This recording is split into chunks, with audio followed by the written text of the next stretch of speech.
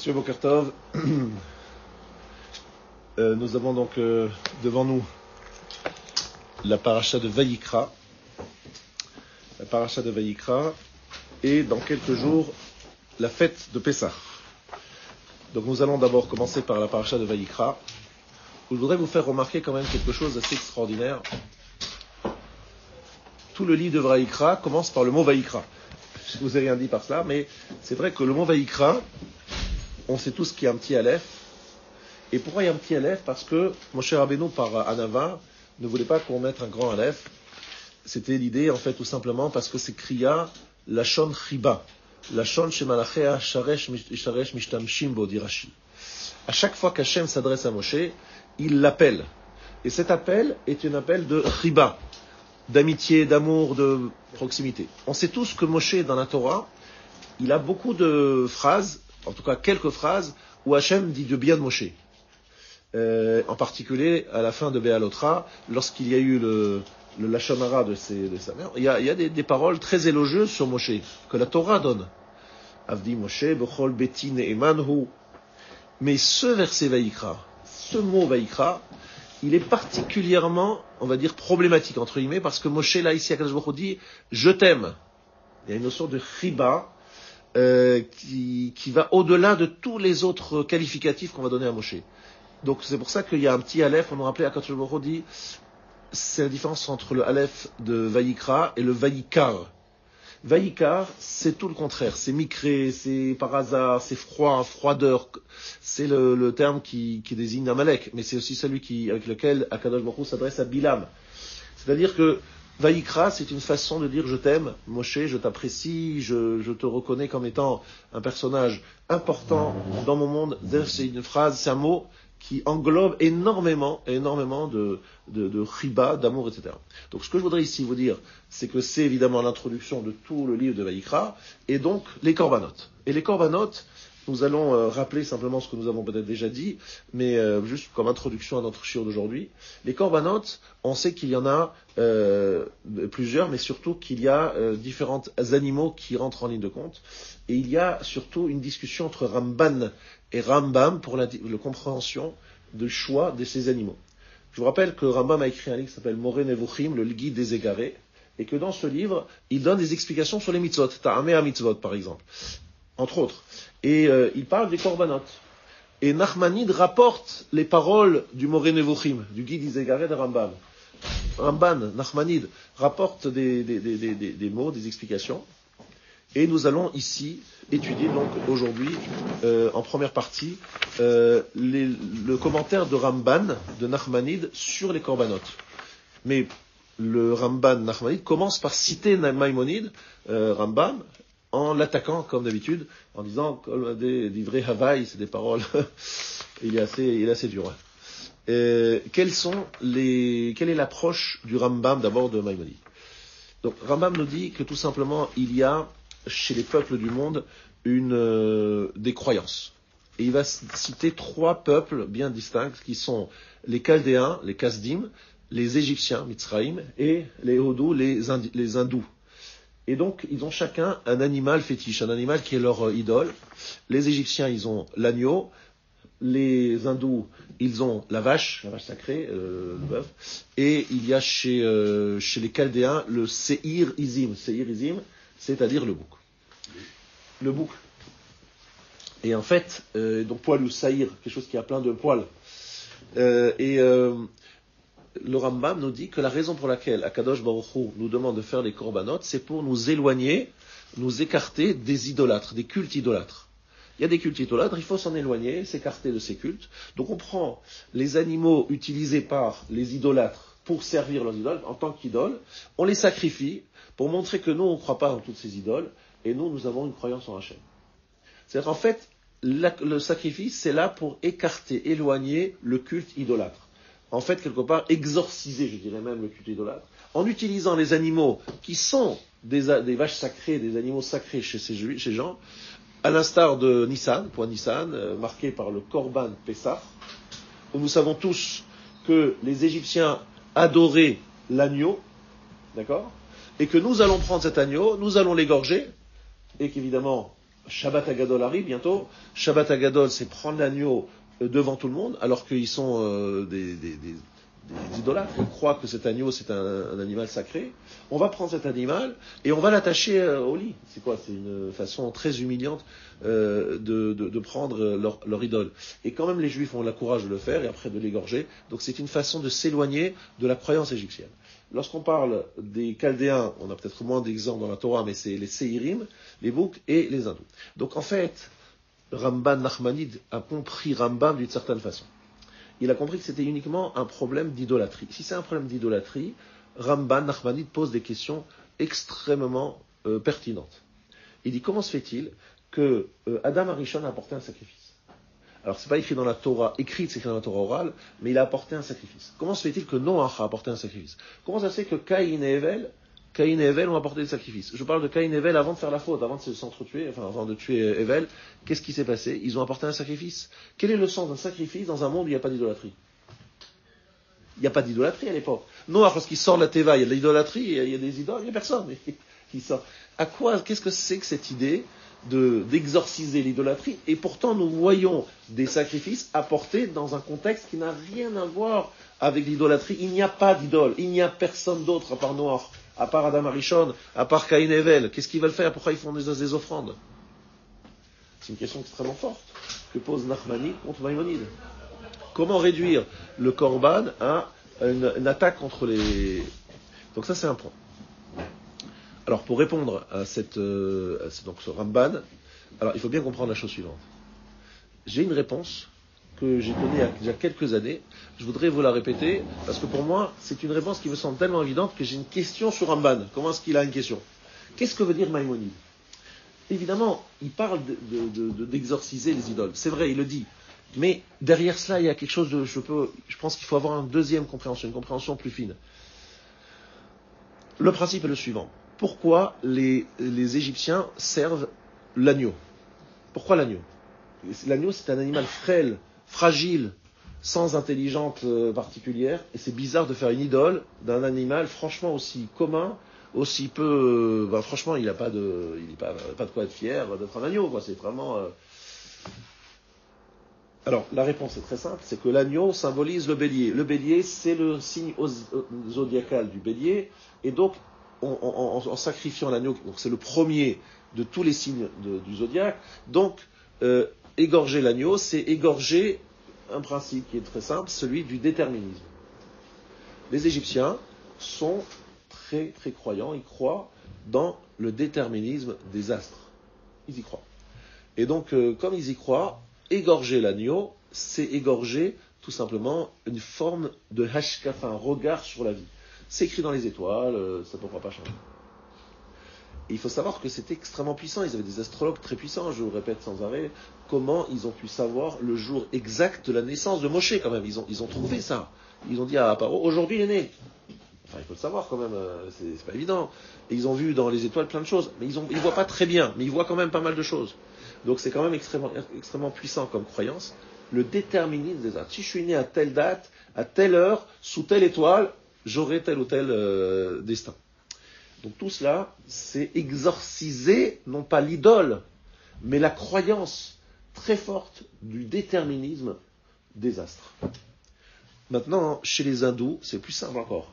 Les hindous, ils servent la vache sacrée. C'est pourquoi la vache sacrée? Réfléchissez bien. Dans l'Antiquité, mais ça n'a pas tellement changé aujourd'hui. Vous enlevez les vaches, les bœufs.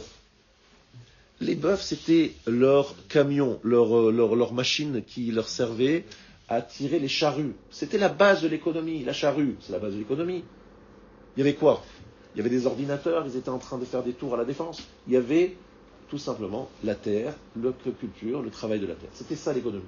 Donc vous enlevez le taureau, le bœuf qui est puissant, qui est fort, qui tire la charrue, vous n'avez plus rien, vous n'avez plus de machines, plus d'outils pour pouvoir travailler la terre. C'est la viande, et c'est le lait. Enfin, la vache, c'est quoi? C'est le symbole de l'économie. Donc c'est pas la vache sacrée, c'est ce que représente la vache, c'est quoi? C'est la parnassa, l'économie. C'est ça que ça symbolise.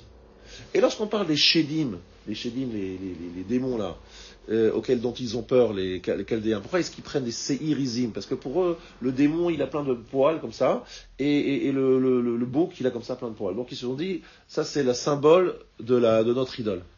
Mais Rabotai, c'est quoi cette histoire de démon? Je vais vous traduire en des termes modernes. Un démon aujourd'hui, c'est quoi? C'est quelque chose qu'on ne voit pas et qui est menaçant. C'est quoi qui est menaçant et qui on ne voit pas? La maladie. La Covid.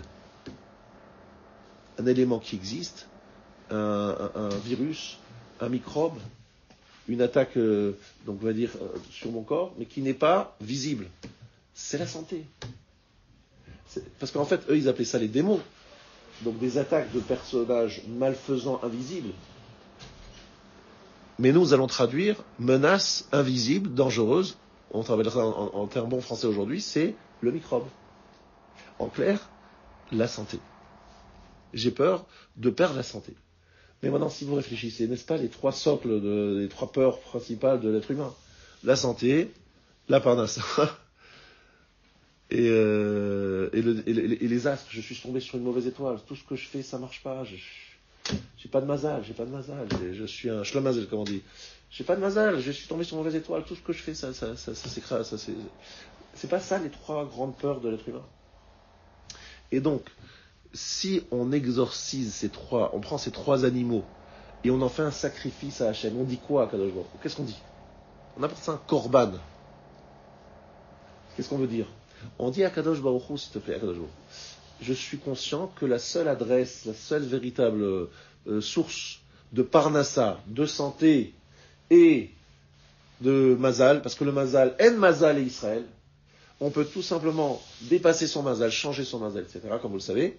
Donc, je m'adresse à toi, tout simplement. Tu es au-dessus des mazalotes et tu gères la santé et la parnassa. Voilà, tout simplement, on a résolu Rambam. Rambam, c'est d'actualité même pour Adam, même pour Noach, même pour Caïn et Hevel. Ce sont des gens qui ont besoin d'être en bonne santé, qui ont besoin d'avoir la parnassa et qui ont besoin de ne pas être sur un mauvais mazal. Exactement, c'est commun à tous les individus et à toutes les époques. Et peu importe la situation, même si quelqu'un a la santé, merci, s'il te plaît Hachem, préserve ma santé. Même si quelqu'un a la parnassa, préserve-moi ma parnassa, etc., etc. Donc voilà pourquoi, chers amis, je voulais ici partager avec vous donc ces trois dimensions et de vous dire qu'en fait la question de Nachmanide pour moi n'est pas vraiment une question parce que je vous ai donné une lecture de Rambam différente. Maintenant, je vais aller plus loin. La notion de korban, je voudrais vous le traduire autrement. Karev, Kuf, Resh, Bet, traduction sacrifice, traduction offrande, lit Karev. Karev, et qu'est-ce qu'il y a après? Un Noun. D'accord? S'approcher du Noun. Aharon, c'est un jeu de mots qui veut dire Ra'anoun, c'est celui qui voit le Noun. Alors c'est quoi le Noun? C'est quoi ce chiffre, cette lettre Noun? Je vous l'ai expliqué de maintes fois ici dans le cadre de mes cours. Le Noun, c'est le 50e jour du Homer, Shavuot, dévoilement, 50e porte de la pureté, de la compréhension. Bref, c'est le niveau de dévoilement ultime. Donc en fait, c'est se rapprocher du Noun, c'est voir le Noun. Ra'anoun, Haaron, Krarev Noun, etc. Maintenant, Rabotai, pour y arriver, je voudrais ici vous donner un petit chidouche aujourd'hui qui est lié au mois de Nissan que nous venons de commencer à peine hier. Le mois de Nissan, c'est le premier mois de l'année. Et le premier jour de l'année, c'est Rosh Hashanah. C'est marcher sur la tête. Si vous réfléchissez bien, ça veut dire marcher sur la tête. Pourquoi? Parce que le premier jour de l'année ne coïncide pas au premier mois de l'année, c'est juste incroyable. Le premier mois, c'est Nissan. Le premier jour, c'est Tishri. C'est quoi? 6 mois d'intervalle. Alors c'est quand le début? En fait, il y a deux commencements. Un commencement lunaire, un commencement solaire. Et d'ailleurs, c'est au mois de Hadar qu'on rejoint l'année solaire et l'année lunaire se rejoignent grâce au mois de Hadar bête. Parce qu'il faut toujours que Nissan et Pessah tombent au mois de printemps, au printemps. Alors que le Ramadan, vous le savez très bien, c'est en ce moment le Ramadan, mais ça peut tomber à n'importe quelle époque de l'année. Parce que les musulmans suivent le cycle lunaire uniquement. Les chrétiens, le cycle solaire uniquement. Et les juifs font le lien entre ces deux cycles. Mais c'est vrai que le mois de Hadar, le mois de Nissan, c'est plutôt la notion de la lune, c'est le mois. Et à Chodesh Hazelachem, alors que Rosh Tishri, ça sera le premier jour de l'année. Donc c'est solaire. On est bien d'accord. Maintenant, il y a dans cette notion de soleil et de lune quelque chose d'extrêmement intéressant que je voudrais ici approfondir. On nous dit que lorsque le soleil et la lune ont été créés et ils ont été placés, la lune s'est dit à réclamer à Hachem, il a dit c'est pas possible. C'est pas possible que deux rois utilisent la même couronne. Une couronne, c'est pour une personne. La couronne, c'est une tête. Il ne peut pas y avoir une couronne pour deux têtes. Alors Hachem lui dit très bien, diminue-toi, que la lune se diminue, se réduise. Et derrière cette phrase que la lune se diminue, c'est extraordinaire. Il y a un vrai message. Et le message est le suivant. Qu'est-ce que ça veut dire que la lune se diminue? Vous le savez tous que la lune, elle reflète la lumière du soleil. Et que nous, les juifs, on est très liés à cette notion de la lune, on sait tous, parce que, déjà, un exemple, le Zohar HaKadosh nous dit que Shlomo HaMelech, c'est la 15e génération depuis Moshe, ça veut dire qu'on est allé crescendo pour arriver à une situation de Siyara Bishlemuta. C'est ça les mots du Zohar. La lune complète. Puis après, malheureusement, la lune, elle décroît.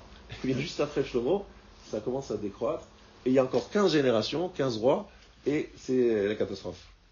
Ça veut dire qu'en fait, il y a 15 pour arriver au summum. C'est quoi? C'est le peuple juif qui ne se maintient pas, comme la lune, elle ne se maintient pas dans une stabilité. On n'est pas stable. On monte, on descend, on est là. Bon. Mais surtout, on est censé refléter la lumière du soleil. Qu'est-ce qu'un juif doit être? Il doit dire, attendez-moi, quel chacham vous êtes, monsieur le rabbin? Vous êtes un grand chacham, vous êtes un grand sage. Moi, je suis un sage. Mais pas du tout. Moi, je suis juste en train de répéter ce qui est écrit dans la Torah. Alors, quelqu'un est un peu plus doué pour interpréter les textes, un peu moins doué, un peu moins connaisseur, c'est tout.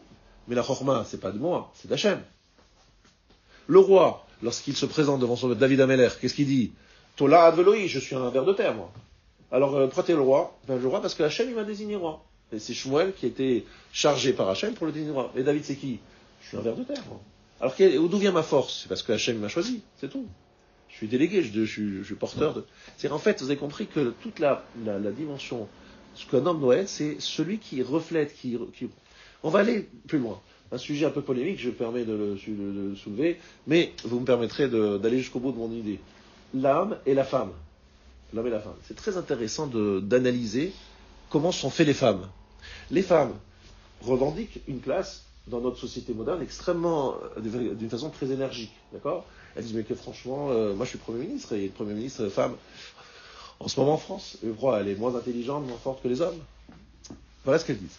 Maintenant, rentrons dans un couple. Dans un couple, je vais prendre un exemple très simple. Un mari qui dit à sa femme, écoute, tu es une patronne, tu es très intelligente, plus intelligente que moi. Moi je considère que vraiment, c'est toi the personne du couple. Tout ce que tu diras, je dirai oui. Je dirai oui à tout ce que tu demandes. Tu veux choisir tel canapé, prends-le, je dis oui. Tu veux telle chaise, on prend. Tu veux telle table, on prend. Tu veux ceci, cela, je prends. Bon. Je demande à madame, est-ce que vous êtes satisfaite, madame, de votre mari? Elle dit, pas du tout. Pas du tout, mais c'est le plus gentil des maris du monde. Il est tout le temps en train de vous dire oui. Avant que vous posiez la question, il a déjà dit oui. Il dit, mais c'est pas ça que je veux, c'est pas un mari, ça c'est une savonnette. Bon. Je cherche un homme. Bon. Prenons un autre exemple. C'est l'homme qui décide tout. La femme, elle râle en disant, mais pourquoi il décide tout et pourquoi? Alors, c'est quoi la solution? La solution, c'est quoi? C'est qu'une femme, elle veut qu'un homme l'écoute, prenne en compte sa position, mais elle aimerait, au fond d'elle, ce qu'elle veut au fond d'elle, c'est que le mari prenne une décision qui lui plaise et à laquelle elle adhère, en parlant, en discutant, sans s'imposer. Et lorsqu'elle voit son mari trouver une solution qu'elle admire, qu'elle apprécie, elle est plus heureuse que si son mari avait dit oui à sa proposition à elle. Elle dit, j'ai un homme, et en plus un homme qui me respecte, mais franchement, il a une vision, cet homme, une clarté dans sa vie, de vision, qui m'impressionne, et je veux le suivre. Je veux le suivre, et je suis heureuse de le suivre. Malheureusement, si c'est l'inverse, si c'est un homme qui a une femme comme ça, et il adhère la femme, elle n'est pas contente, mais le mari aussi se sent... Au fond de lui, il accepte, mais bon, il n'est pas heureux. Donc, quelque part, Akadosh Baruch Hu a bien fait les choses. C'est qu'il rend heureux une femme est heureuse, de laisser la place à son mari. Exactement comme la Levana, la lune. Mais Ati Tatzmer va te réduire. C'est que la femme est contente de pouvoir dire, j'ai un mari, mais extraordinaire mon mari. Regardez les idées qu'il a, regardez l'initiative qu'il a prise, regardez ce qu'il... Une femme, elle est très heureuse de dire ça. Très heureuse d'être fière de son mari. Elle n'est pas en frustration. Pourtant, ça peut être une femme d'affaires, chef d'entreprise, tout ce que vous voulez. Mais si dans son couple, elle a un mari qu'elle admire et qu'elle a des raisons d'admirer, ben elle est très heureuse. Elle ne se sent pas rabaissée parce que c'est lui qui a pris les décisions. Et si c'est elle qui prend toutes les décisions, elle est malheureuse. C'est quand même incroyable comment Hachem il a fait les choses. C'est-à-dire que la notion de lune qui doit se réduire par rapport au soleil, Hachem a fait en sorte que les femmes aient cette nature. Et d'ailleurs, elles ont un cycle lunaire, c'est-à-dire elles ont des menstruations qui suivent un peu en plus et qui sont très influencées par la lune. C'est intéressant déjà, bon, mais ça c'est juste un détail. C'est pour vous expliquer comment Hachem il a fait les choses. Même chose avec un peuple et un dirigeant. Moi j'adore ce sujet. Un leader et son peuple. Le peuple, en ce moment, par exemple, en France, c'est une grande révolution sociale. Mais pourquoi ? Parce que les gens disent, on a un président qui prend des décisions, qui est autoritaire, méprisant, etc. Maintenant, il y a eu d'autres présidents qui étaient un peu effacés, qui faisaient. Là aussi, ils n'étaient pas contents. Alors, c'est quoi le président, le leader idéal ? C'est un leader qui sait communiquer à ces sujets et leur donner envie, leur montrer que sa vision est une belle vision, que sa compréhension est une bonne compréhension, et finalement le peuple est heureux d'avoir un leader et de se plier à ce qu'il veut, à ce que ce leader a décidé, à condition que ce leader soit inspirant et que les gens puissent dire « Ah, on est fiers d'avoir un président pareil, quelle vision, quelle force, quel courage, etc. » N'est-ce pas ? Le problème, c'est lorsque le président ne sait pas montrer au peuple qu'il les écoute. Il faut en fait montrer qu'on les écoute, mais en même temps décider. Et c'est pas facile à trouver un rave avec ses élèves. L'élève, il a envie d'écouter de son rave. Il a envie de dire, bon, tout ce que tu dis, c'est vrai. Non, explique-moi, montre-moi que c'est pas vrai ce que je dis. Toutes les relations entre un patron et son employé. C'est très intéressant. L'employé, il veut qu'on le respecte. Il veut qu'on écoute ses idées. Mais il a envie aussi d'avoir un patron. Quelqu'un qui le dirige, qui l'oriente, qui le cadre. Un papa avec son fils. Le fils, il attend d'un papa qui soit un peu des fois, qui dise non. Pourtant, il râle lorsque le père dit non. Mais si un père dit toujours oui, il n'aime pas son père, il ne le considère pas. Vous voyez ce que je veux dire ? C'est toutes les relations où il y a une relation d'homme, entre guillemets, qui a une position forte et une position un peu moins forte, mais finalement, Hachem a fait en sorte que ce qui se passe au niveau de la lune se passe à tous les niveaux. Heureusement, parce que sinon, on ne peut pas avoir deux patrons, il faut avoir un patron, parce qu'il n'y a qu'une seule couronne. Mais Hachem a bien fait les choses. Et ce qui est très intéressant, c'est que c'est Pessah, qui est la centralité. Ce qui est central dans Pessah, c'est Korban Pessah. Le sacrifice de Pessah, c'est un Korban. Et la notion même de Korban, c'est une volonté d'un sujet, d'Akadosh Baruch Hu, qui dit Hachem, je vais t'apporter un sacrifice. Et Hachem dit, ah bon, d'accord, et c'est quoi ton sacrifice ? J'apporte mon attente de Parnassa, voilà, j'ai besoin de Parnassa. Et je t'offre un sacrifice, je te demande, s'il te plaît Hachem, s'il te plaît, réponds à mes demandes. Hachem dit, tu t'es approché de moi, tu as montré que tu attendais, que tu reconnaissais mon autorité, et que tu étais content de me servir, je te réponds. Vous voyez ce que je veux dire ? C'est toujours la même approche de Me'ati et Tatzmer. Diminue-toi devant Hachem, et à ce moment-là, Hachem répond. Mais d'abord, se diminuer pour pouvoir recevoir cette lumière et cet or. Et jusque-là, c'est clair ? Maintenant, je vais vous faire un rebondissement incroyable sur la Haggadah. Ça va être maintenant la deuxième partie de mon cours. On est passé de Vayikra à la Haggadah Pessah. Et vous allez voir quelque chose de magnifique dans la Haggadah Pessah, que j'ai compris à travers le Maharal, entre autres, éventuellement, grâce au Rav Weizbourg qui est là. Je voudrais ici vous citer quelque chose que peut-être vous avez entendu ou pas entendu. C'est le rêve du Sar HaMashkim. Le rêve du maître échanson. Ça va, on est parti sur Bereshit. Et un Midrash, Bereshit Rabbah, chapitre 88. Que dit le Midrash ? Il compte le nombre de fois où s'écrit le mot Geffen dans le texte Sar HaMashkim. Et vous trouvez là-bas, combien de fois ? Vous avez compris ? 4. 4 fois. Ah, c'est écrit 4 fois le mot kos. Alors, c'est pour ça Geffen, pardon. C'est pour ça qu'il y a 4 kosot à Pessah. 4 kosot par rapport aux 4 fois Geffen dans l'histoire du maître échanson, dans le rêve du maître échanson tel qu'il a rapporté à Yosef. Bon, quel rapport y a-t-il entre le maître échanson et le fait qu'il sort du vin, c'est vrai, à Pharaon, et le fait que prendre 4 kosot à Pessah ? Quel rapport ? C'est le Midrash qui fait ce rapport. Alors ici, il dit quelque chose d'extraordinaire. Mais vous direz ça le soir du Seder, je compte sur vous, sinon c'est pas la peine. C'est pour que vous vous rappelez. Déjà, sachez que la Gemara dans Choulin, page 92, analyse d'une façon incroyable le rêve du Sar HaMashkim, en disant Gefen Zu Torah. La vigne, c'est la Torah. Shlosha Sarigim, les trois branches voilà, trois sarments de vigne, c'est Ze Be'er, Amoud, Anan et Man. C'est le puits de Myriam, la nuée et la manne. D'autres disent c'est Myriam, Moshe, Aaron, d'accord? Vehi pour Borachat Altanitza, Eloi Bikurim, Ifshilu Ashkolot Anavim, Eloi Nesachim. Bon, on comprend pas du tout c'est quoi le rapport.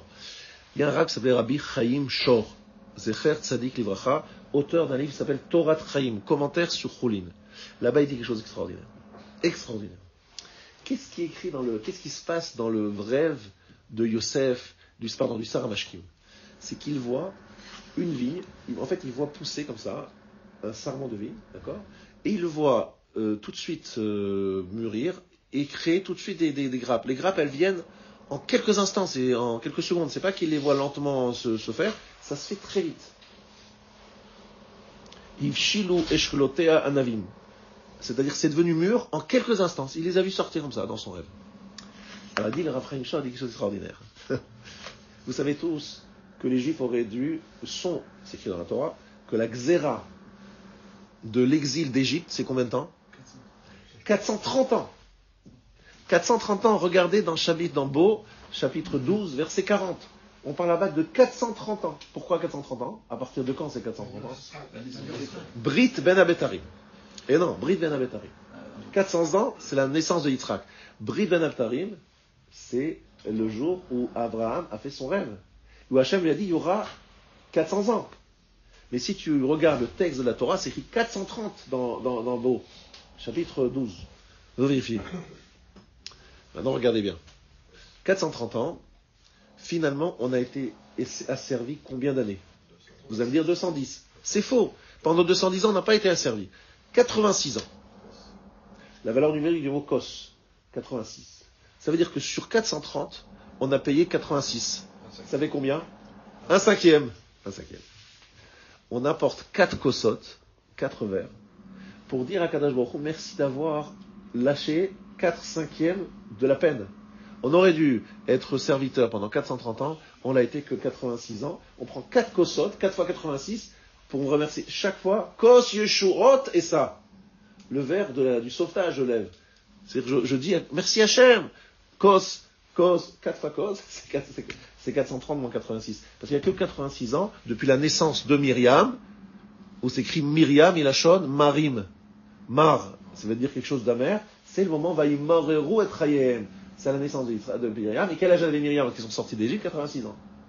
Il y a eu 86 ans de dureté, sur 430. Alors il dit le Rav Chaim Shor, c'est pour ça qu'on fait un lien avec le rêve. Le rêve, c'est quoi? Le rêve, c'est on voit que le Geffen, il arrive très vite. En quelques secondes, il est déjà mûr. À peine la plante elle est sortie.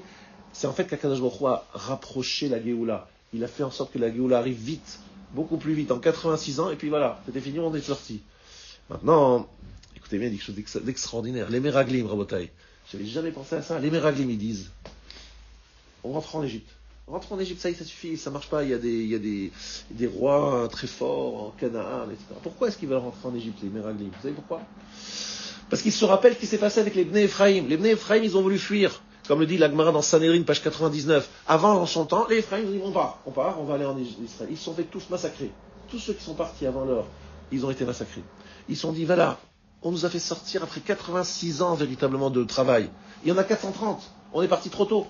Donc, Akadosh Baruch Hu nous envoie là-bas, on va subir la même sanction, la même fin que les Bnei Ephraim, on va se faire tous massacrer. Mais pourquoi? Mais parce que tout simplement, qu'est-ce qu'ils disent? Nitna rosh, venashuva mitzrayma. Retournons en Égypte. Voilà les mots des Meraglim. Pourquoi ils veulent retourner en Égypte? Pour continuer à payer les 430 ans, et se dire, une fois qu'on aura payé, on retourne en Israël et on rentre, oui. Mais d'abord payons ce qu'on doit payer. Parce que là, on est sorti trop vite. Donc c'est pour ça qu'on fait l'arba kosot, pour dire à Hachem, merci de nous avoir réduit de 86 fois 4 kosot. Et ce qui est extraordinaire, il nous dit, c'est pour ça que les Égyptiens ont demandé à Yosef toute l'histoire de Vaïgash. Tu vois Yosef qui parlemente avec les Égyptiens. Les Égyptiens, ils n'ont plus d'argent pour payer la nourriture. Ils vont chez Yosef en disant, Yosef, qu'est-ce qu'on fait? Qu'est-ce qu'on fait, Yosef? Alors Yosef, il leur dit, j'ai une idée. Vous allez être des serviteurs de Paro. Mais attention, je vais vous donner les graines, vous allez planter, mais vous allez donner combien, Jo? Un cinquième. Ils vont donner qu'un cinquième. Et on donne les détails, qu'ils ont donné un cinquième, etc. Pourquoi la Torah prend le temps de raconter les discussions entre Yosef, les Égyptiens, combien ils ont décidé? Et c'est très simple. Parce qu'en fait, si le Sar Shel Mitzrayim, la force spirituelle des Égyptiens, accuse Israël en disant, vous êtes partis beaucoup trop tôt. Vous avez payé qu'un cinquième de votre dette. On dit, mais regarde, ils ont des esclaves à Pharaon, et combien est-ce qu'ils donnent à Pharaon? Un cinquième.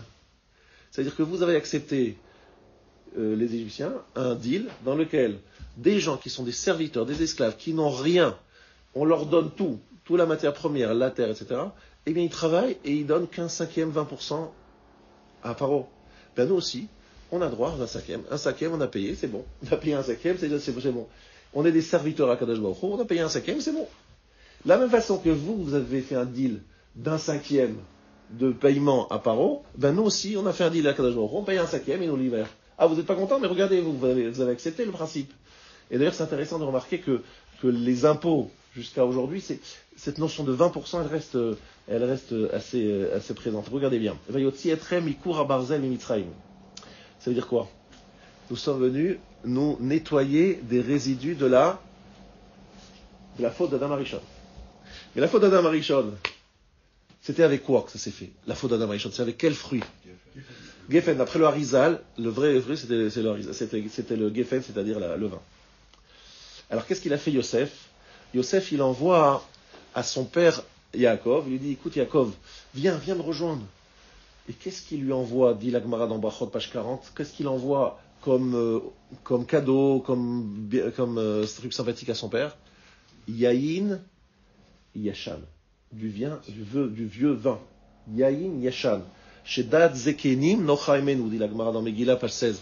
C'est un vin qui a vieilli, qui est un bon vin. Lorsque le Zaken, il boit ce vin, ça lui fait du bien, alors il lui a envoyé ça. Pourquoi? Parce que Yaïn Yashan, c'est 430 en valeur numérique. Yaïn Yashan, valeur numérique 430.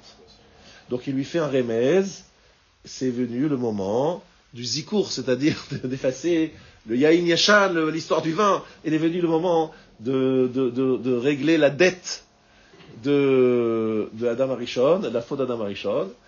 Et comme, justement, malgré tout, Yaïn Yashan, on ne va pas payer 430, on va payer que 86, c'est parce qu'Akadosh Baruch Hu a effacé 4/5 de la dette qu'a Adam Arishon envers Akadosh Baruch Hu. Adam Arishon a fauté, et l'Égypte est là pour effacer la faute d'Adam Arishon. Vous savez pourquoi? Je vous ai expliqué plusieurs fois pourquoi l'Égypte vient effacer la faute d'Adam Arishon, puisque Abraham, Yitzhak et Yaakov ont déjà effacé une partie de la faute d'Adam Arishon, les résidus de la faute d'Adam Arishon. Il restait les femmes de Yaakov, qui sont Rachel, Bila, Zilpa et Léa. C'est quoi les premières lettres de Rachel, Bila, Zilpa et Léa? Barzel, Kour à Barzel. L'Égypte s'appelle Kour à Barzel. C'est ce qui permet, le creuset qui permet d'effacer les résidus de Barzel, qui vient de Bila, Zilpa, Rachel et Léa, qui sont les fils de Lavan, donc qui ont encore les résidus de la faute d'Adam Arishon. Du côté des hommes, c'est réglé avec Yaakov, mais du côté des femmes, les enfants de Yaakov, c'est aussi que des femmes. Côté des femmes, il y a encore le problème. Donc il faut passer en Égypte le temps de nettoyer. Donc il lui envoie un Yaïn Yashan pour dire c'est 430 qu'on va devoir payer, mais finalement, on a une réduction de peine à 86 ans. Et c'est ça en fait la notion de matzah. Pourquoi la matzah rappelle la mehirut, la rapidité? Parce qu'en fait, la matzah vient nous rappeler qu'en fait, il y a eu un dévoilement, on va dire, avant l'heure. C'est que, Sripazone, il fallait vite, parce que finalement, on va partir avant son temps. On n'a pas fini de payer, on va partir quand même. Maintenant, dit le Maharal de Prague quelque chose d'extraordinaire. Il nous dit que toutes les mitzvot de Achila, c'est par rapport au Avot, et les mitzvot de Shtia sont par rapport au Imaot. Regardez comment il dit le Maharal de Prague. Il dit, Pessah, Matzah, Maror. C'est manger.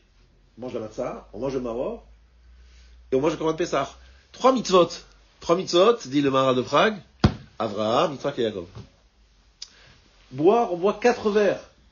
Arba imaot, il y a 4 imaot. Donc il dit, mitzvot achila keneged avot, shtiat arba kosot keneged imaot. Pourquoi? Quel rapport avec avot et imaot? À cause du pasuk dans Shir Hashirim. Kol dodi hine zeba, medaleg al hearim, mekapetz al hagevaot. Shir Hashirim, chapitre 2. Qu'est-ce qui est écrit dans ce pasuk? Voici qu'il y a le voix de mon ami, les zeba. Medaleg al hearim, il saute sur les montagnes, mekapetz al hagevaot, il saute sur les collines. Amar Akadosh Baruch Hu, dit Akadosh Baruch Hu, cité par le Maharal, c'est un midrash. Imani mistakel b'maasehem shel Israël enam nigalim leolam. Si je regarde les actions des Juifs, ils seront jamais libérés. Et la lemia ni mistakel, à qui je regarde? Avotehem akdoshim. C'est pour ça que je regarde leurs patriarches. Le kartiv medaleg ale harim, heharim atikre harim, et la horim, les parents, les pères.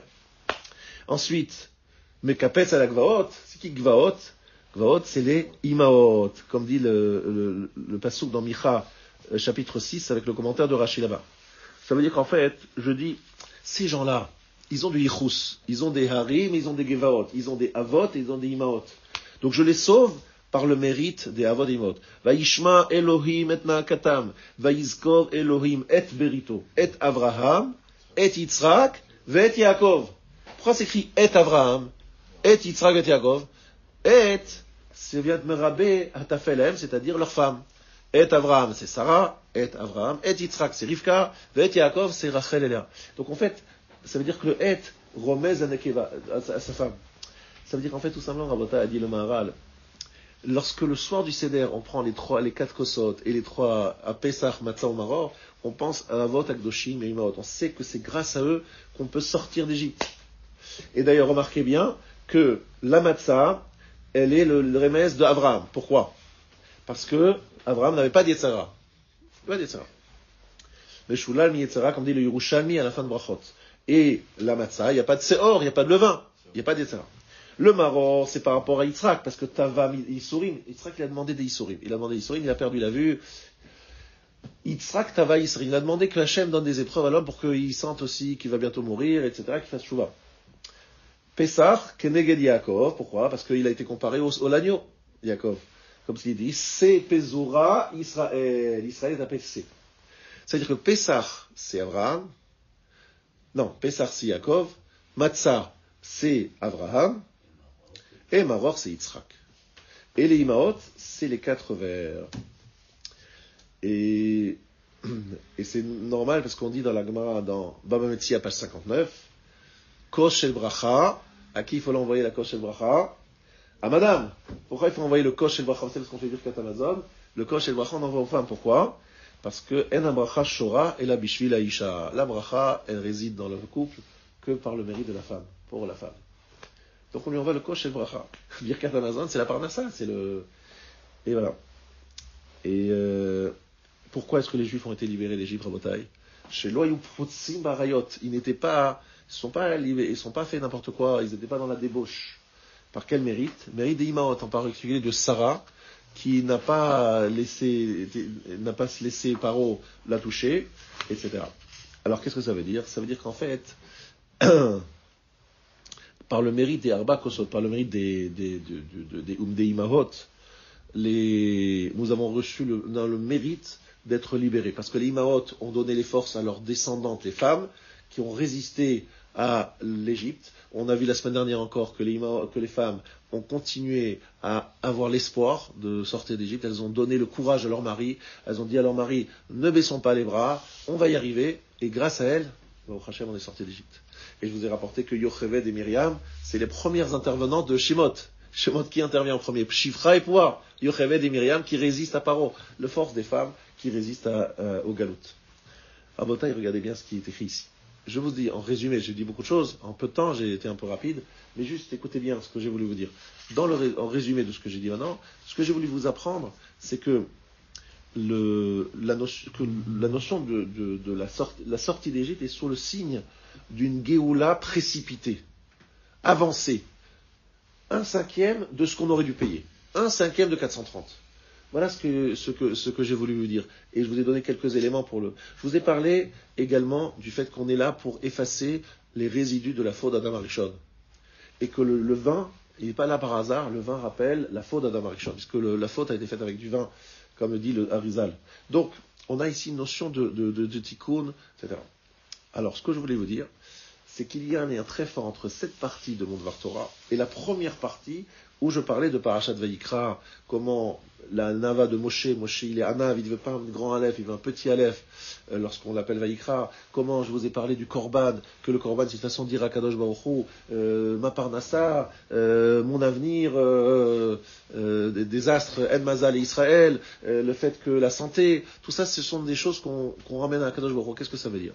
Ça veut dire qu'en fait, Akadosh Baruch Hu, ce qu'il veut, je pense, c'est comme ça que je comprends cette année la fête de Pessah, il nous demande d'avoir beaucoup d'anava et pas de dire, voilà, on est sorti d'Égypte par notre mérite. D'abord, c'est les avot et les imaot, le mérite des avot et imaot. C'était plus tôt que prévu, vous n'étiez pas méritant, vous avez, etc. C'est que du cadeau, quoi. Cadeau. Voilà, tout le temps cadeau.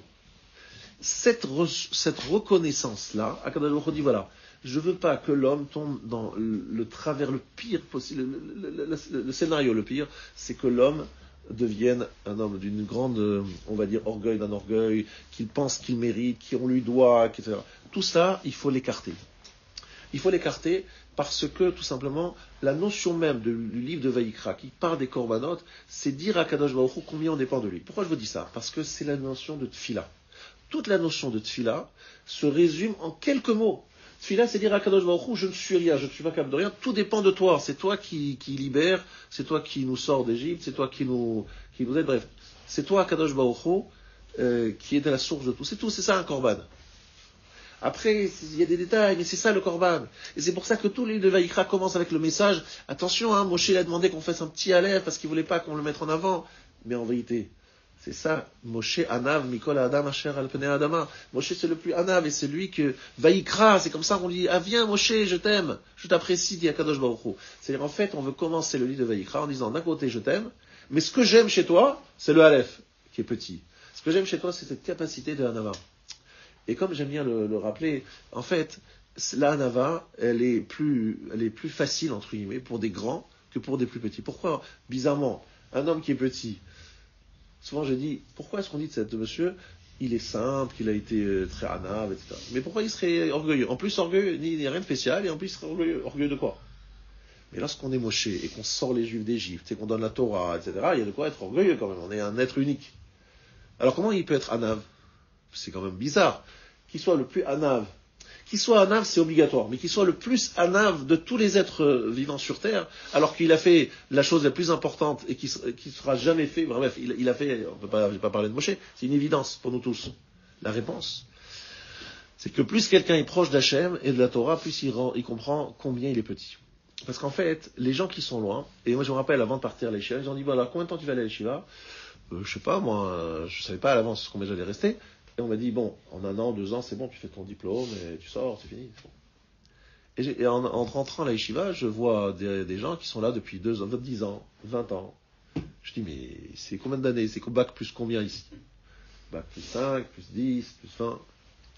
Et plus les gens étudient, plus ils disent, oh là là, on est vraiment loin du compte. Je dis, ça fait combien d'années que vous êtes dedans? En fait, lorsqu'on se rapproche de la Torah, on voit son immensité, et sa grandeur et sa profondeur. Mais lorsqu'on est de loin, on dit, bon, c'est combien de pages? Bon, alors en combien de temps on peut faire une page? On peut prendre une page en encore une demi-heure, bon, d'accord, et puis après. Mais monsieur, cette page, pour la comprendre déjà, pas la première page, la première ligne, 2 lignes, il y a déjà je ne sais combien de commentaires, mais qu'est-ce que vous faites? Mais qu'est-ce que vous coupez les cheveux en 4? C'est quoi ce truc? De l'extérieur, les gens ne comprennent pas ce que c'est la Torah. Mais lorsqu'on se rapproche d'elle, qu'on se rapproche d'Hachem, on dit, mais qu'est-ce qu'on est petit, qu'est-ce qu'on comprend rien, et qu'est-ce qu'on ne sait rien, et qu'est-ce qu'on n'est rien. Mais comment on le sait? Pas par rapport à la proximité avec Hachem et à sa Torah, qu'on se rend compte qu'on est vraiment pas grand-chose. Mais de l'extérieur, on a l'impression que oui, bon, parce qu'on ne comprend pas ce que c'est. Donc c'est pour ça, le secret de la grandeur de l'Israël. Moshe Rabbeinu, celui qui est le plus proche d'Hachem, c'est celui qui est plus Hana, parce qu'il dit, mais qui on est? Il est proche d'Hachem, il voit ce que c'est Hachem, et il comprend qu'on n'est rien. Donc c'est ça que je dois vous faire expliquer. C'est que sous la notion du Korban, c'est ça. Et peut-être qu'à Pessah, si on est arrivé à faire ça, on a tout réussi. on a tout réussi parce que finalement, Pessah, c'est ça. C'est prendre et dire, c'est par le mérite des Havot, et par le mérite des Imaot, c'était trop tôt, c'était pas vraiment notre mérite, c'était donné, c'est un cadeau, c'est machin. Et au fur et à mesure, à force de répéter cela, on se dit, bon, finalement, merci Hachem, parce que vraiment, nous, on ne le méritait pas. Voilà ce que je voulais vous partager ce matin. Et Shabbat Shalom à tous.